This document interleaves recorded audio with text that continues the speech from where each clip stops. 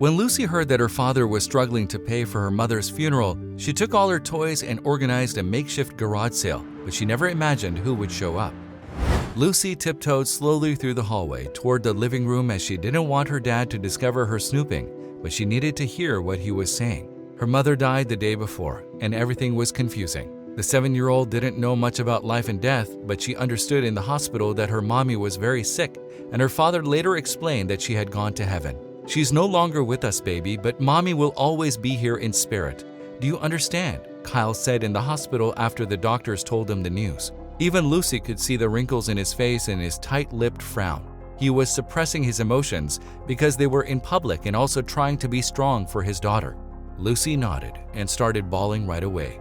He held her tightly and the little girl didn't want to let go. The following hours of her life were a whirlwind with other family coming and going, but they finally went home. And Lucy slept through the night, tired from crying so much. She woke up the next morning and heard her father speaking in the living room, but she didn't want to see her awake just yet.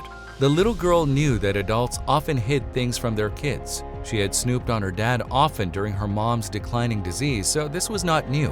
She settled in a corner to overhear what her dad was saying, quickly discovering he was talking on the phone. "Hannah, I don't have money, the medical bills, I just can't.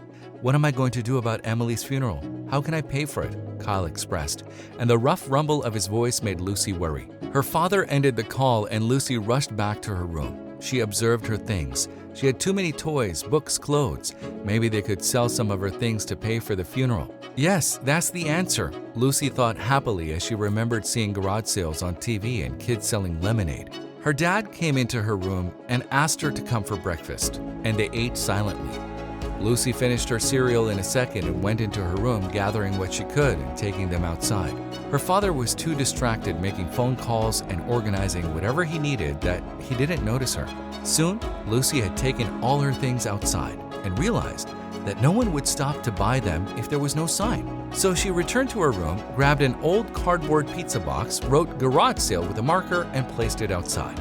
Her neighbor in Kentucky had many children who came, but none had any money. "Bring your mom, this toy is so cool," Lucy insisted to her buddy Brandon. "I don't know," the kid said and took off on his bike. A few hours went by and still no sale. Lucy was losing hope of helping her father. She sat on the grass next to her toys, recalling what happened the previous day. Her mom was gone. It was just her and her dad now. She would never again feel her mother's fingers running through her hair every morning before school. She would never eat her banana pancakes watching as her mother did her makeup. The little girl's vision clouded, and she could barely see the nice car that parked in front of their house. The memories were flooding her brain, and she silently cried alone, outside, in her makeshift and failing garage sale. "Hey child, how much for this?" a male voice asked, and Lucy was startled. She jumped up, wiped her tears rapidly, and explained the toys to the man. She was selling each of them for $20, although she didn't actually know how much they were worth. "It's $20. This teddy bear was a gift from my mom." She hesitated as the tears returned, and her face registered heartbreak as she grabbed the teddy bear. Hey, what's going on? Are you okay?" the man wondered, kneeling to see her closer. Lucy sobbed and tried to explain, clutching the furry toy firmly. Meanwhile, the man nodded with a few comforting words. After a few minutes, Lucy calmed down and the man smiled kindly. "Kid, is your father inside? Can you call him?" "Okay," she said and went into her house. Kyle came out of the house in a rush, surprised to see Lucy's toys in the yard in the man's presence. They shook hands and started talking. Lucy tried to follow the conversation, but got distracted by the teddy bear still in her hands. "Should I sell this or should I keep it? What would mom want?" she wondered while the adults spoke.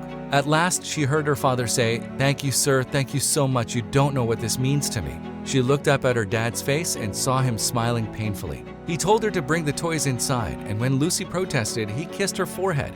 "You did it, kid. You raised money for your mom's funeral." Although she had no idea how, Lucy smiled and started cleaning up the yard. They held the funeral, and Lucy forgot to ask how she managed to raise the funds for it with the commotion of everything. But her father never seemed worried about money or her mom's medical bills after that. Years later, she and her father were at the cemetery delivering fresh flowers to her mother on her 10th death anniversary and were talking about their old memories. She remembered that moment and finally asked him about it. "You remember the man you cried to that day?" Well, Mr. Towns offered me the services of his funeral home for free with all extra expenses paid and even flowers included.